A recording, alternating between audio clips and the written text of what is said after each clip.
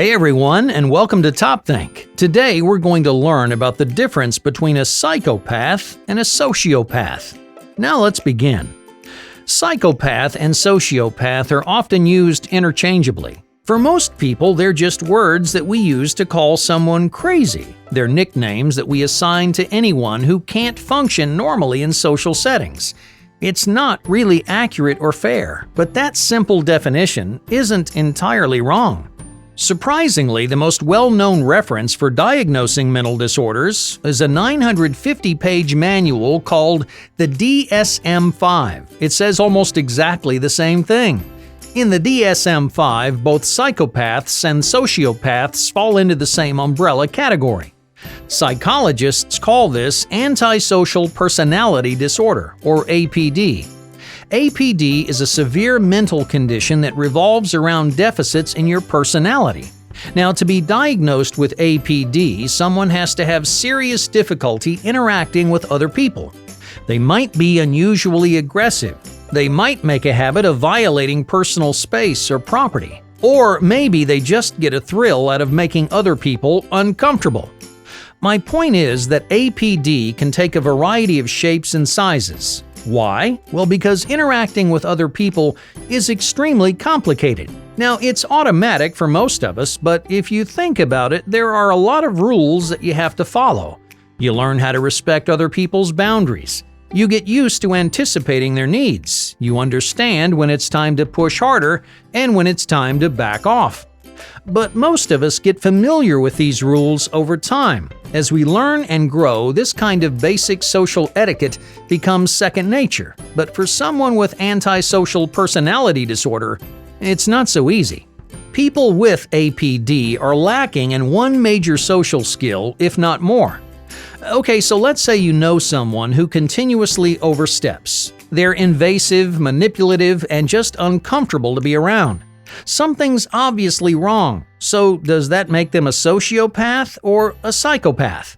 Technically, they could be both. Have you ever heard of the rectangle-square predicament? We know that every square is a rectangle, right? Well, they all have exactly 4 sides and exactly 4 right angles. But is every rectangle a square? Well, no, obviously. Some rectangles are long and skinny, and others are short and wide.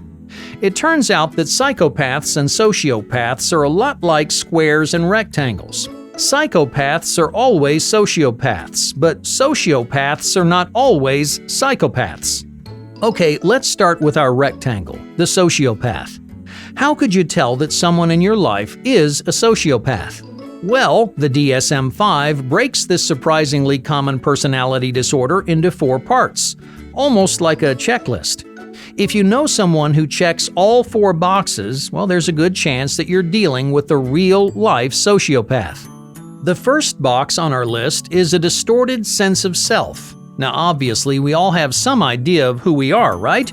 You define yourself in a different way than I do, but we both have a clear identity. Just think about all the little things that define you as an individual. Social aspects like your job, your hobbies, and your friends. Different elements of your personality, like your creativity or your positive attitude. And of course, your core values, your morals, and beliefs. Each of these things contributes a little piece of your identity. But for a sociopath, a sense of self isn't something that develops smoothly and naturally. More often than not, sociopaths are inconsistent and sporadic. They might be your best friend one day, and then your worst enemy the next. Why? Well, because sociopaths have a muddled sense of self and at least one major hole in their identity. So they get desperate to fill that void with things that make them feel valuable and powerful. Some sociopaths become obsessed with wealth and titles because that's the only way they know how to gain self-esteem. Others make a habit of breaking the law for the same reason. It makes them feel like they have power. Now, as you can probably imagine, a distorted sense of self makes empathy a bit of a challenge. If you don't understand who you are, then how are you supposed to understand anyone else? That's why our second box is a lack of empathy. Things like compassion and intimacy require a certain amount of emotional intelligence. But that's not exactly a sociopath's strong suit. Sociopaths struggle to understand or control their own emotions, which is why so many sociopaths have explosive tempers. Even though they can't wrap their head around their emotions, it doesn't stop most sociopaths from rambling on about them.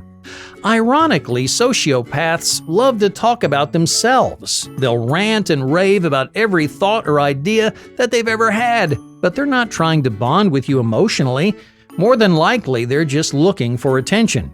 So that brings us to the third item on our checklist. A sociopath will have one or more pathological personality traits.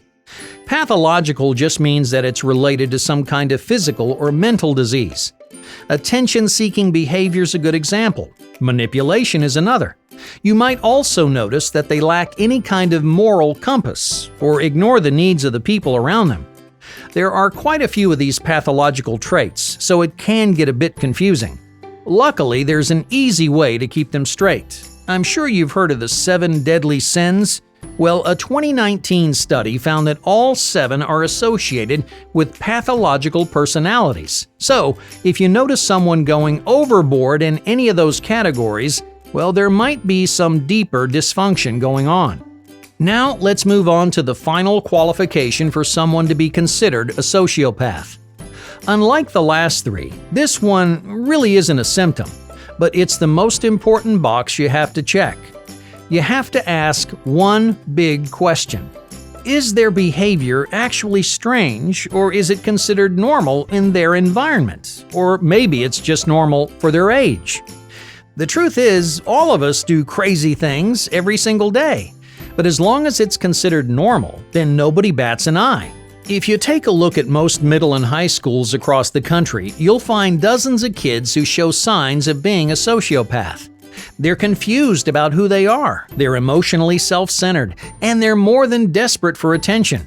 So, does that mean every 13-year-old is a sociopath? No, of course not. Those volatile personality traits make sense as a part of their development. They might have a lot of growing up to do, but immaturity doesn't make them a sociopath. At least not yet. That's one of the biggest reasons why antisocial personality disorder is so hard to diagnose early on.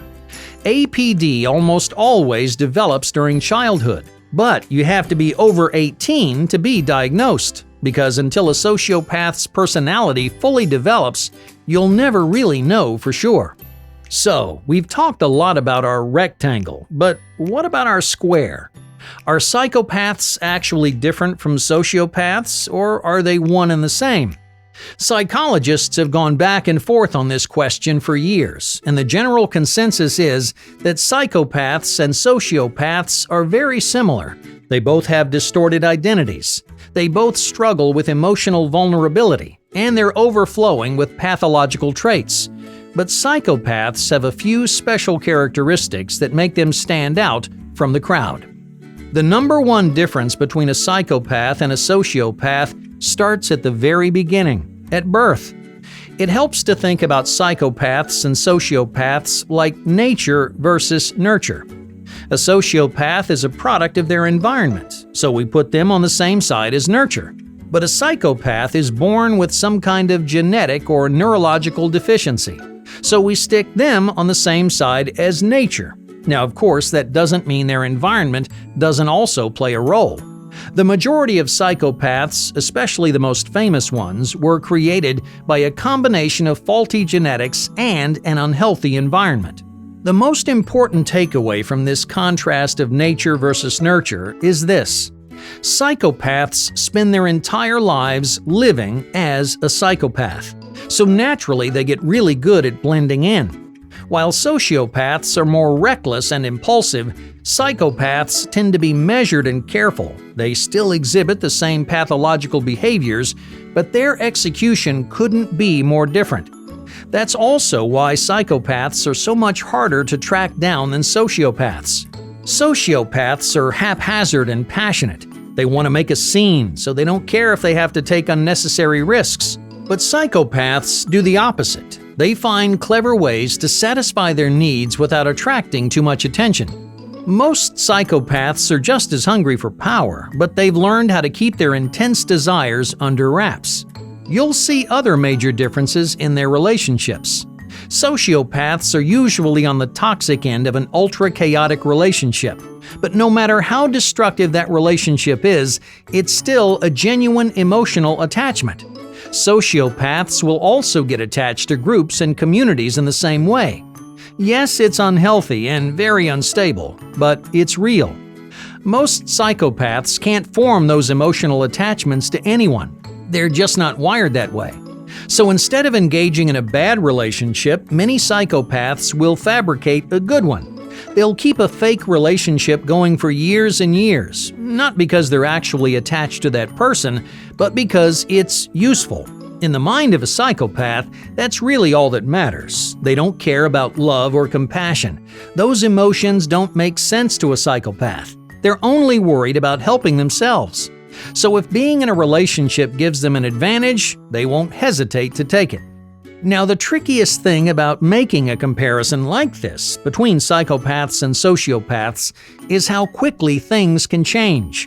We like to say we understand how these bizarre and often dangerous individuals work, but the truth is, we still have a lot to learn. Hey, thank you for watching Top Think, and be sure to subscribe because more incredible content is on the way.